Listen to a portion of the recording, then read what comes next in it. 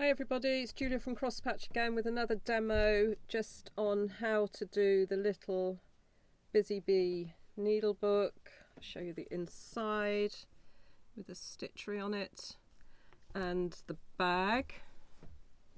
Again, just made with log cabin blocks, and the stitchery's gone up the side of the bag of this one. So it's just a simple bag, and I've put, using my zipper, easy zipper installation, I've put a zipper on the top as well. Okay, right, let's put that to one side a minute, and let's start with, now if you've got the pattern, obviously you will have the stitchery guide with the pattern. If you've got this fabric, you can always trace off, and you haven't got the pattern, you could trace off the beehive off the pattern to use as your stitchery. You don't have to stitch this, you can applique this. When I made this pattern originally, it's an old pattern that I've redone, I appliqued a beehive on the front, and I thought I don't want to hide all this pretty fabric, so I'm just going to do it as a stitchery on the inside rather than just have boring plain linen on the inside. I've used yarn dye on this one because I find it's nicer to stitch on. Obviously that says Be Happy, which is backwards in the camera. And I've used my Valdani, favourite Valdani thread at the moment, the 301 I think that one is, to do the stitchery on this. The ties are just little 1-inch strips of fabric that I folded in half twice to sew it together. Obviously you can use some tape if you want, and there's little buttons. If you bind the pattern off me, you will get a couple of buttons in the pattern. So the pattern tells you how to make the bag and how to make the needle book.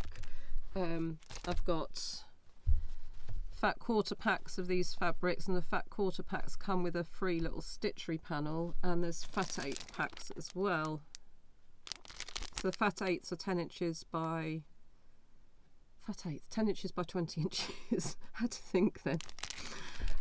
Brain dead, it's too early in the morning. Now the whole point of this was to put our little the stitching folder that I made the other week inside it, and that's the little stitchery that you get in with a fat quarter pack.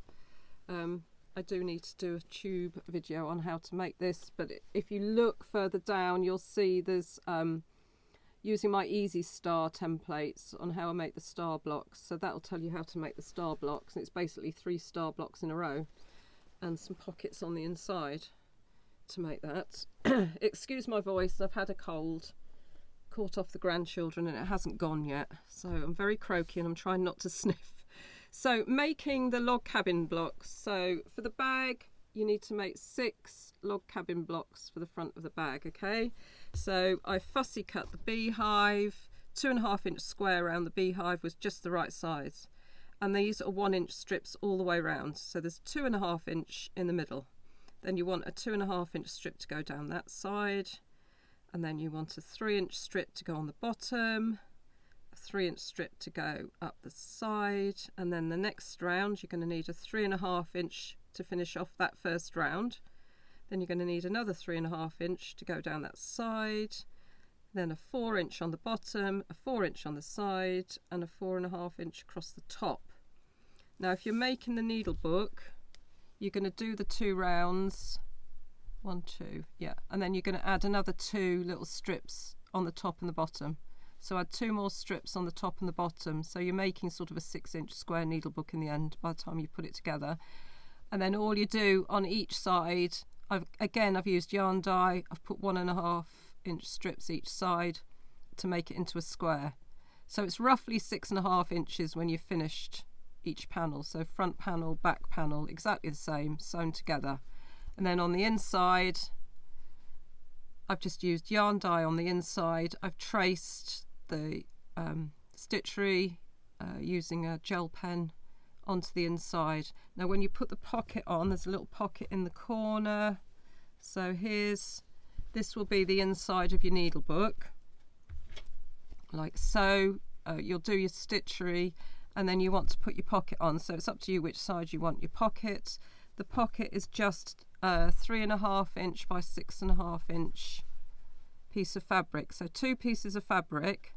Now the bit that's going next to the fold, i.e. it's not going to be sewn into a seam, you need to sew down it. So you get your two pieces of fabric together and you sew down one side.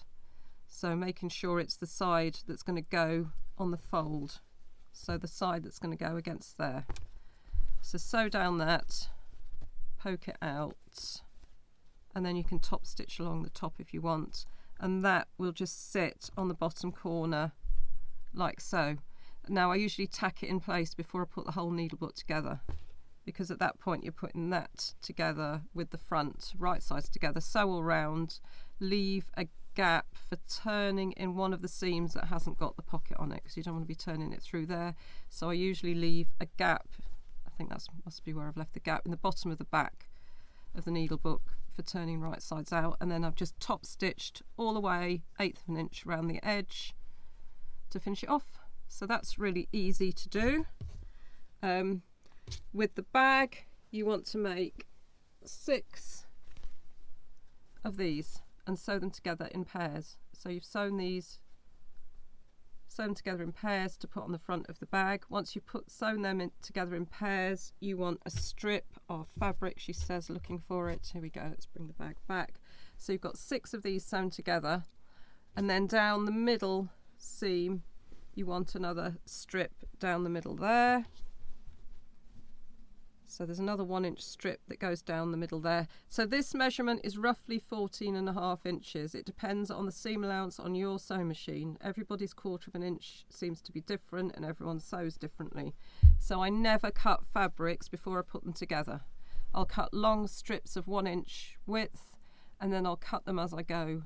Because depending on which machine, if I use my Juki, it's always different, comes out smaller than if I use my Bernina. Then you want a panel 5.5 inch by the length of your bag for your stitchery. Again, use the stitchery in the pattern. You can use it however you want. Okay, that's just how I've done it. And then you finish off, we've got 2-inch strips. I use the Busy Bee fabric, 2-inch strips to go either side of here, either side of the bag, and one across the bottom. And then to finish off, you want a 19-inch wide by 4-inch strip of fabric to go across the top. I think it's 4 inches, or is it 4.5? I'll put all the measurements, I've got brain fog this morning, I'll put all the measurements in the description of the video, so you've got the exact measurements. And obviously if you've got the pattern, you've got the exact measurements in the pattern. So I've used that one to go across the top, okay? And then, as I said, on the back, I again used that strip across the back, and then whatever fabrics I had left over, I've just made up the size. So the size finished is 18.5 inch, so trim your panels to 18.5 inch square when you're finished, okay? So it's a simple tote bag that's just simply put together, fold in your gusset down at the bottom. So I did 1 inch either side of the centre seam. You just fold it flat and stitch across, so that'll give you a 2-inch gusset. And then the zip in the top, it's my easy method. I make the zips separately. I've used a 20-inch zip in the top. Obviously in the pattern you will get instructions on how to put your zip in, so I've used a 20-inch zip so it hangs over the edge a bit, and I've just top stitched onto the bag. And you start about 1 inch basically where your gussety bit is, so 1 inch in either side. You start stitching and through to the other side to put your zip in. So all the zip unit is you get a zip, get 2.5 inch strips of fabric, the length, well, a bit longer than your zip, and fold them as if you're making binding. So fold them into the middle and fold them again, and that will encase your zip. And then you put tabs on either end to finish it. So the tabs on the end are 2.5 inches by 3.5 inches wide, and you wrap your tab around the zip, okay? So you wrap it around, stitch it across, and then you just pull it out like so and fold it over twice, and that makes the tab on the end, okay? And that's how you make your zip unit, and then you just sew that onto the bag. So that's really simple to do. The bag handles, if I take from my previous demo, So the bag handles are 2.5 inches wide by the length you want. I usually do 20 inches on bags like this, so that will be 20 inches. So instead of leaving it just as one piece like that, I will then fold it in half again, and I start normally 3 inches from the end of the handle and so top stitch along. So measure 3 inches from the end of each piece of handle and just top stitch that down, and that gives it that shape. And then you've got a nice piece to sew onto your bag. Just top stitch it. The last thing you do, just top stitch that onto the top of your bag to finish it off. And that makes nice handles to hold rather than having to screw up that when you're holding it. It's nice to have it folded like that to have your bag handle. So that's how I put that bag together. Hope you enjoy making it. As I say, I'll put the exact measurements into the description so you can work it out for yourself. If you're not in this country, and you know, if you've got some beehive fabric, because you haven't got my stitchery guide, you could just trace that beehive onto there rather than having to have my stitchery guide. I mean, they're just simple flowers. There's nothing special about the stitchery. It just says be happy on the top there, and there's a little bee. These are Queen Bee fabrics from Nutex. I don't know if you can get them. They're based in New Zealand and the UK. I don't know if you get them over in the States or not, but there's lots of people do bee fabrics. I know Kathy Schmitz for Moda does lots of bee fabrics, so I'm sure you can source them. So thank you for watching. Yet again, thank you so much for your support. I am off to enjoy the sun. Have a lovely day.